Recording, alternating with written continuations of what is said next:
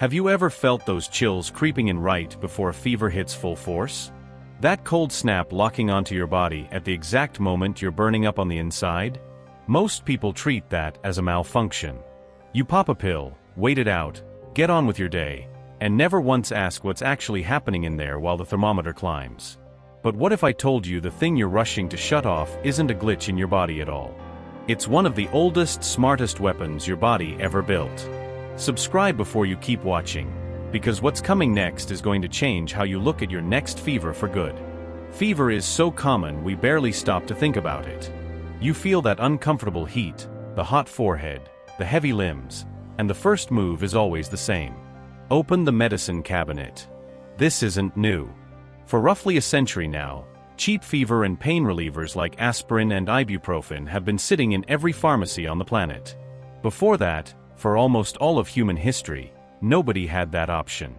Fever just happened, and the body ran its own program, with no pill stepping in halfway through. Today we've flipped that relationship completely. Pain is uncomfortable, so we learn to erase it the second it shows up. And since fever and pain usually arrive together, we learn to erase both at once, almost as a reflex. That's the shallow read on fever. An annoyance. A nagging symptom we've trained ourselves to wipe out on sight. But I promise you, there's something hidden here nobody ever told you about.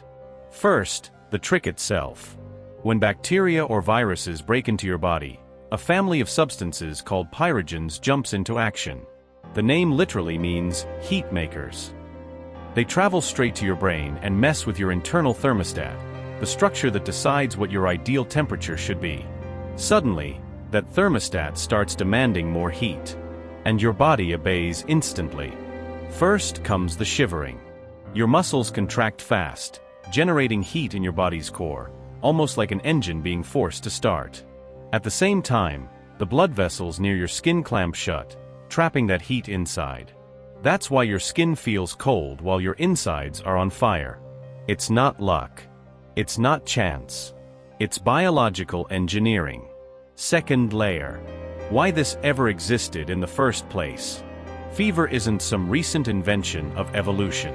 It showed up at least 600 million years ago, and it's found across almost the entire animal kingdom. Sick fish swim toward warmer water. Lizards bask in the sun far longer than usual.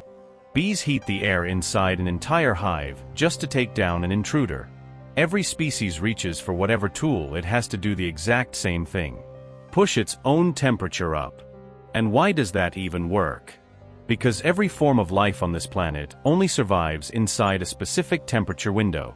Life exists in freezing pools near 14 degrees Fahrenheit and in volcanic springs near 250 degrees Fahrenheit, but that doesn't mean any organism can live anywhere on that scale. Every species has its own sweet spot, the exact range where its cellular machinery runs at the right speed. Push it outside that range for too long, hot or cold, and the gears start to jam. Your body holds steady at 98.6 degrees Fahrenheit around the clock, burning a massive amount of energy just to keep it there. Sounds wasteful. Except it might be an ancient form of protection. That exact temperature makes you almost completely immune to fungi, one of the most brutal parasites out there, the kind that wipes out most cold-blooded animals. You are quite literally too hot inside for most fungi to survive in you. Fever grabs that same logic and turns it into a weapon. It pushes your body temperature even higher and flips your internal environment, once comfortable for the invader, into somewhere unbearable. It's forced climate change, engineered on purpose, to wreck the world of whatever's trying to wreck you. And the heat genuinely hurts these invaders. It rips apart membranes, damages DNA, jams up the protein factory inside bacteria. They showed up trying to stay under the radar, and now they're multiplying as fast as they can, burning through every resource they have, under maximum stress. It's like running a marathon, eating a full meal, and giving birth, all at the same time. Now picture doing all of that while the room around you catches fire. Third layer. What this actually changes in your day-to-day life. While almost every organ in your body performs worse during a fever, there's exactly one exception. Your defense system. The cells responsible for hunting down invaders get faster, sharper, more lethal. On top of that, Fever makes those cells hoard the exact resources the invader needs most, things like iron and sugar, turning the battlefield into a desert with nothing left to eat. Even viruses take a hit. The common cold virus, for instance, can only survive in your nose and throat because that region already runs cooler than the rest of your body. Raise your overall temperature, and life gets a lot harder for it. There's an even crueler trap buried in here. Virus-infected cells, trying to survive the heat, start mass-producing emergency proteins called heat shock proteins. The problem is, churning out too many of these proteins is like flashing a giant red light that screams, "I'm severely compromised." That draws in your immune system's killer cells, which show up and destroy the infected cell, virus included. Trying to protect itself, the cell ends up giving itself away. That raises an obvious question. If fever is such a powerful weapon, why haven't bacteria and viruses evolved resistance to it over hundreds of millions of years? The answer is almost funny. Fever tricks evolution itself. If an invader survives the heat long enough, natural selection favors exactly the individuals most resistant to that temperature, and after a few days, the entire invader population is more heat adapted. But that win comes with a catch. The next move for any invader is to leave that body and infect someone else. And a healthy body running no fever is too cold for a microbe that's just spent its energy specializing in heat. Infecting it isn't impossible, just a lot harder, and these hardened invaders now compete at a disadvantage against their own cold-loving relatives, the ones still better at infecting healthy people. Getting good at surviving the heat makes you worse at infecting the healthy. It's an evolutionary dead end, with no clean way out for the invader. Some of the nastier invaders dodge this with pure speed. The measles virus, for one, multiplies at an insane rate and hits peak contagiousness well before the fever ramps up to full strength. By the time your full immune response finally shows up, the virus gets destroyed, but the contagion damage is already done. Here's a counterpoint that shows just how serious this is. There's a study where doctors tried aggressively suppressing fever in critically ill ICU patients. The experiment had to be stopped, because mortality among those patients started climbing.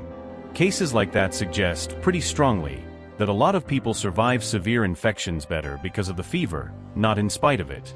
None of this means every fever should be shrugged off. Temperatures above 104 degrees Fahrenheit are dangerous for anyone, usually because the body's internal thermostat itself has broken down. Pregnant women, older adults, and already weakened patients also face higher risk from the extra strain of a high fever. And in cases like a neurological injury or a stroke, controlling temperature can be essential. But below 104 degrees, most of the time, fever isn't the enemy. There's no solid evidence that shutting it down early speeds up recovery from an ordinary flu or chickenpox. So next time a fever shows up, the real decision isn't how do I make this stop? It's something else entirely. Can you ride it out, or not? If you can, your body might already be doing the smartest job possible to heal you, all on its own. If you can't, that's fine too. Easing the discomfort has a cost, but it also has real value. Science still doesn't hand you one single right answer here. It just gives you enough to choose with your eyes open. Subscribe to keep uncovering what's hiding behind the most ordinary things in your life. And next time you feel those chills creeping in before a fever hits, remember this.